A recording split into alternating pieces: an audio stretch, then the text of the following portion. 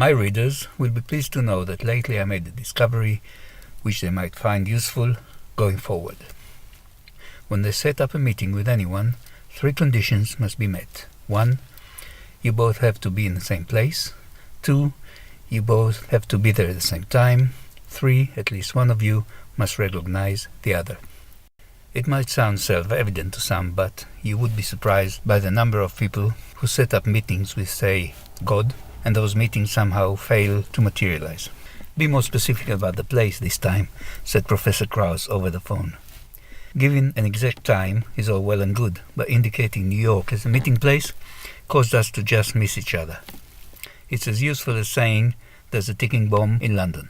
If I didn't have basic faith in mankind, I might conclude that you're trying to avoid me. I did give him a time, 17:35, and an exact address, and I was on my way. I like Professor Krauss, but every time we meet, skeletons come alive. The only thing of his ahead was nothing, or the knowledge thereof.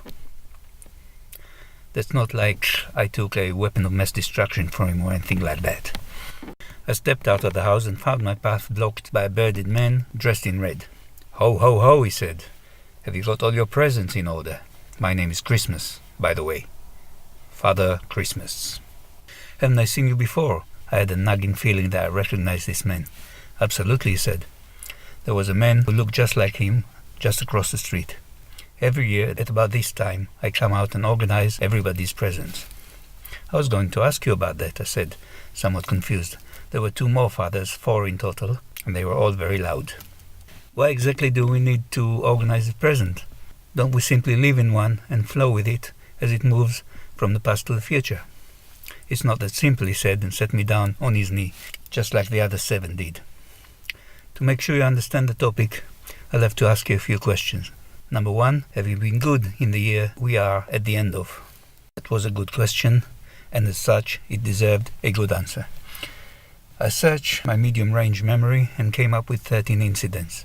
It's hard to be good when God is not around. "Don't worry about it," said Father Christmas, as did the other 15. "You are good enough. Now, what present would you like me to give you for Christmas? I do deliveries, through the chimney." I had a wish list on me, but I had to verify one thing first. Am I the only customer you have? "If you ask a stupid question, I'll have to give you a stupid answer," said Father Christmas, and slapped my bottom for effect. I looked around. There were 31 other Father Christmases with children on their knees. None of them seemed to misbehave but me.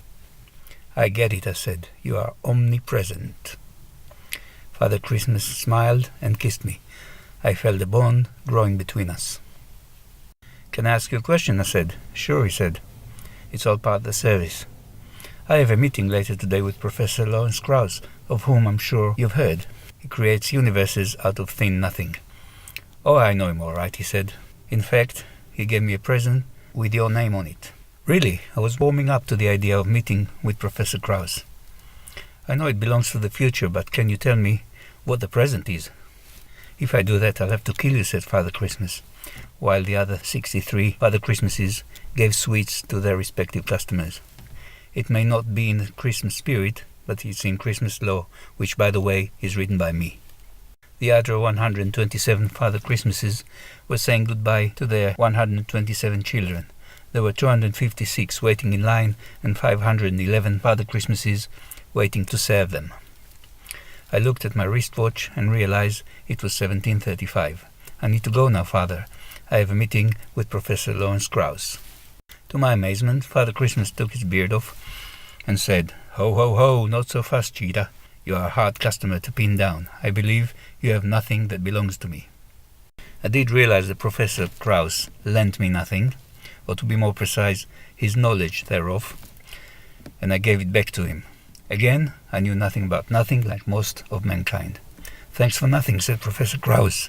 He put his beard back on and joined the other 1,023 Father Christmases. "Don't suspend your disbelief. When you're omnipresent, there's nothing you can do."